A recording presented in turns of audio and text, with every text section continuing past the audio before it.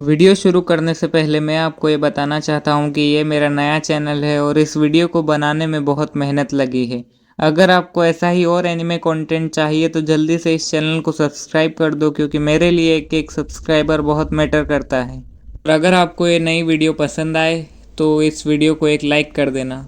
तो बिना time waste किए जल्दी से वीडियो शुरू करते हैं। तो क्या होता अगर इटाची उचिहा बनता कोनोहा का यंगेस्ट होकागे सिर्फ 15 साल की उम्र में। कहानी शुरू होती है जब कोनोहा के अंदर एक आग धीरे धीरे बढ़ रही होती है। एक आग जो पूरा विलेज जला सकती थी, उचिहा सिविल वॉर। और इस आग को सिर्फ एक लड़का बुझा सका, सिर्फ 13 साल का इटाची उचिहा। उचिहा क्लैन और कोनोहा विलेज के बीच में प्रेशर बढ़ता है। उचिहा क्लैन को लग रहा था कि उन्हें साइडलाइन किया जा रहा है। फुगाकू उचिहा, जो कि इटाची का पिता और उचिहा क्लैन का हेड भी था, सीधे सीधे कहता है कि अगर हमें इज्जत से पावर नहीं मिली तो हम खुद पावर ले लेंगे। पुलिस फोर्स उचिहा के पास थी, मिलिट्री डिसिप्लिन उनके ब्लड में था और उनका अल्टीमेट वेपन था शारिंगान। हिरुzen कंफ्यूज्ड था लेकिन पीस चाहता था। दानजो प्लानिंग करता है उचिहा क्लैन को एलिमिनेट करने की, लेकिन इटाची समझ चुका था कि उचिहा सिर्फ पावर के लिए नहीं, इज्जत के लिए लड़ रहे हैं। उन्हें लगता था कि उनकी कोई वैल्यू नहीं है। तो इटाची ने धीरे धीरे मीटिंग स्टार्ट की, एक तरफ हिरुzen और कोनोहा के एल्डर्स से और दूसरी तरफ उचिहा एल्डर्स और फुगाकू के साथ। और इसने दोनों से एक ही बात कही कि मैं बिना वॉर के पीस ला सकता हूँ।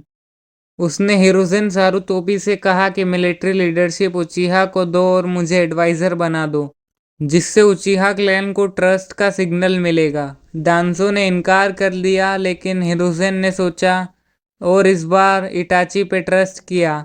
और फिर कोनोहा काउंसिल ने फाइनली एक वोट पास किया। उचिहा को मिलिट्री कमांड, इटाची को स्पेशल वॉर एडवाइजर बना दिया। उचिहा मैसेकर कैंसिल हो गया और सिविल वॉर भी नहीं हुई। और फिर एक बार जब किसी रोग उचिहा ने गद्दारी की तो इटाची खुद गया उसे अरेस्ट करने के लिए।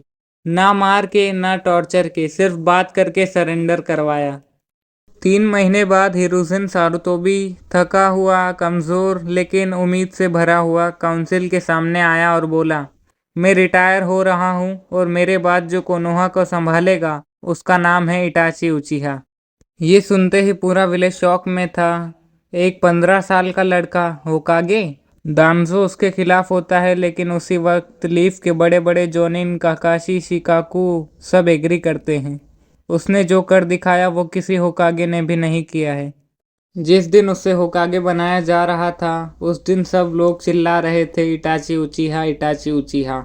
इटाची वाइट रोब्स में था, फायर शेडो का सिंबल पहने हुए, पर आंखों में ना गर्व था ना अहंकार, सिर्फ एक थॉट कि मैं ये पावर अपने लिए नहीं ले रहा, मैं इसे प्रोटेक्ट करने के लिए ले रहा हूँ। वो सबसे यंग होकागे बना, लेकिन उसकी सोच सबसे ज़्यादा मैच्योर थी। उसने दानजो के रूट डिवीजन को डिसमेंटल किया, शिनोबी एजुकेशन रिफॉर्म किया, चूनिन एग्जाम्स को फेयर बनाया और सबसे बड़ी बात, उचिहा और विलेज के बीच ट्रस्ट रिबिल्ड किया। इटाची होकागे बन गया, पर उसके भाई और सास्के और नारुतो का बचपन कैसे बदला, आइए देखते हैं। सास्के का बचपन ओरिजिनल कहानी में अकेलेपन से भरा था।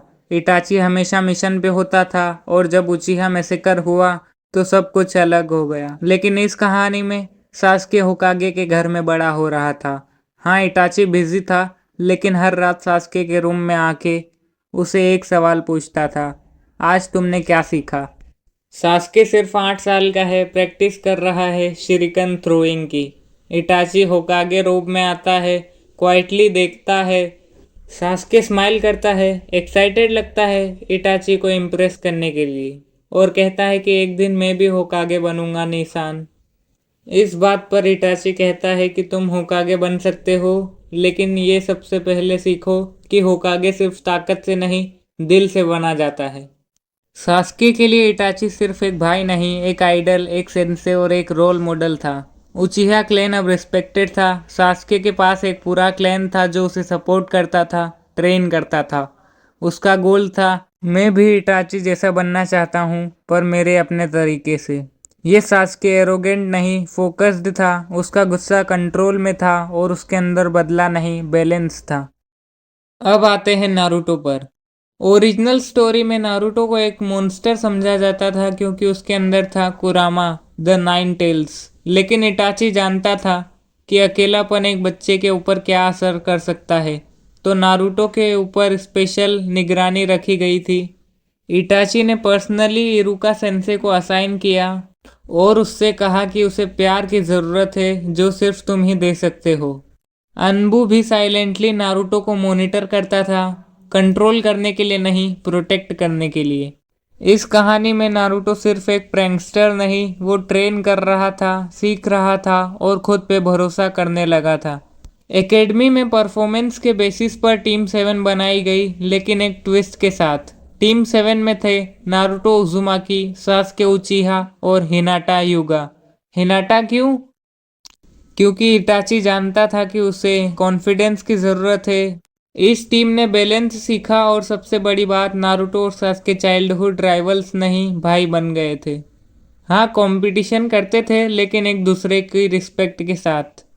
जब ओरोचिमारू ने चुपके से चूनिन एग्जाम्स के दौरान बीच में दखल देने की कोशिश की, तो इटाची ने खुद उसे पब्लिकली चैलेंज किया और कहा कि तुम भले ही साफ हो लेकिन मैं तुम्हारा शिकार नहीं हूँ। ओरोचिमारू भाग जाता है।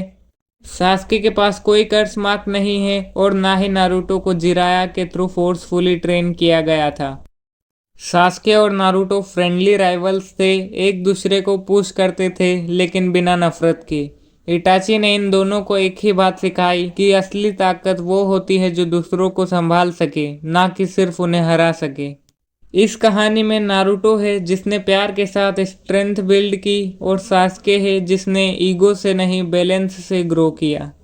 और उन दोनों के पीछे था इटाची, जो खुद कभी एक ट्रेजेडी था लेकिन इस दुनिया में वो बना एक उम्मीद। ना ही उचिहा मैसेकर होता है, ना ही कोई नफरत और ना ही कोई एक बच्चा अकेले झूले पे बैठकर रोता है। बस दो लड़के जो महानता की रास्ते पर आगे चल रहे हैं साथ में।